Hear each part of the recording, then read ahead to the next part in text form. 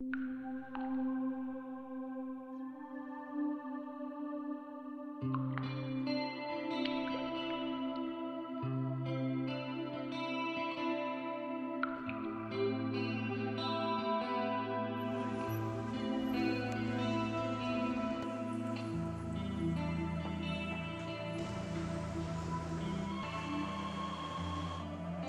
grew up during the Second World War in East Los Angeles, when East Los Angeles was still a lot of shacks. People had goats and pigs. It was kind of a rural area. And all I remember is we lived pretty much like immigrants lived, at a time and place where Mexicans were like second-class citizens. So there was something that I had to do to escape the poverty. I always knew I was a Chicano since I was a little boy. Never had that conflict. Mexicano, Chicano, to me, they were the same thing. I was in love with carritos because as a young male, it was very important to have a car. If you had a car and a good job, you're on your way to escaping that poverty. And then I went into the Air Force, and I knew my parents and so forth could not afford college. And so I said, well, this is my ticket. When I come out of the service, I'll have a 4-year ticket to go to college. I only knew one very serious thing. It was gonna improve my life.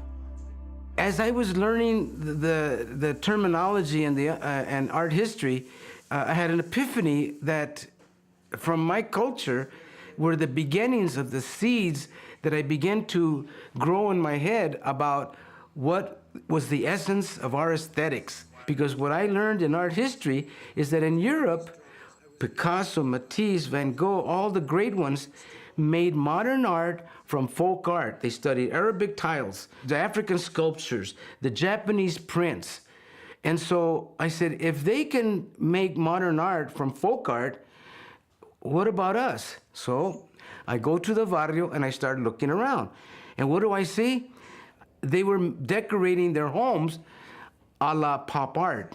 I saw the beginnings of folk art, which was our art. That's where the beginning of Chicano art happened for me. So I saw us as the tortilla clan. And I began to use food motifs. I began to look at the lowriders as sculptures. Altars were installations, graffiti, calligraphy. So I developed a vocabulary for Chicano art. When I got the Hollywood and Vine Station commission, I was very surprised. So I began to do what artists have to do. I had to find my design rudder. So I began to look at what Hollywood represented. I began to look at the light that went through the camera, through the celluloid that took Hollywood everywhere in the world. Putting your name up in lights. Light, light, light, boom, boom, boom, light. So light became a motif that was central to the design of how to approach that station. I want to do fantasy like The Wizard of Oz. That was an incredible impression on me as a child. So I used the yellow brick road as a device for the passenger to go from the top of the street level and take a journey, a yellow brick road to the train. Also, I had an undercurrent, and that it was transportation. Transportation, oh, lowriders, here's a chance to begin to do something that was closer to my heart.